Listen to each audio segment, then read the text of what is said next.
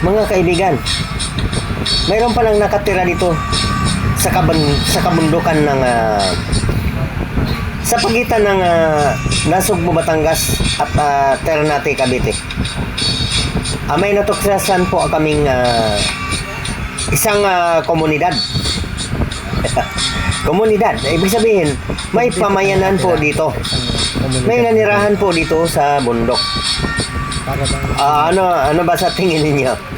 Nanirahan sa bundok? Wala nang ay sabihin ko na nga. Mayroon po ditong isang nakakaawa o ano bang tawag nito?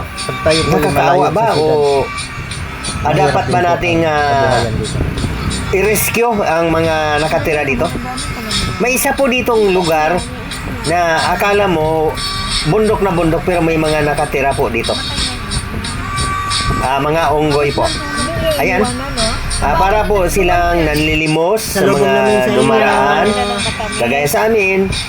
Kasi may dala-dala na kaming mga chichirya kasi alam na talagang dinadayo yung mga unggoy niya. Nakakatuwa din kasi yan. Ayan, kawawang-kawawa. Parang mga pulubi. Hagisan mo ng mga pagkain. At mayroon naman nagsisilpi pa. At talaga po nakakatuwa. Pero ano kaya pong dapat gawin dito? Mga baby monkey. Lagi na lang bang ganito? O ano bang dapat gawin? Na parang nagiging tourist attraction na po itong lugar na ito. Dahil po sa mga unggoy na yan. Mayroong mga kawawa. Nakita nga po yan, may anak na dala-dala na parang patay na. Nagalit siya. Kasi parang buhat-buhat na ng nanay. Kawawang-kawawa po sa ating paningin. Ano kaya pong dapat gawin natin dito? Sa ating mga LGUs.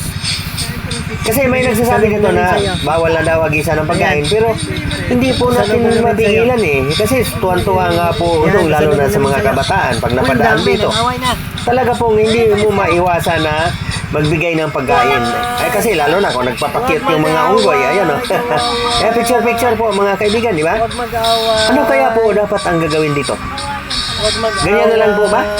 Alam niyo kaya ang mga unggoy, bakit nandiyan na yan sa kalsada, nag-abang sa mga tao?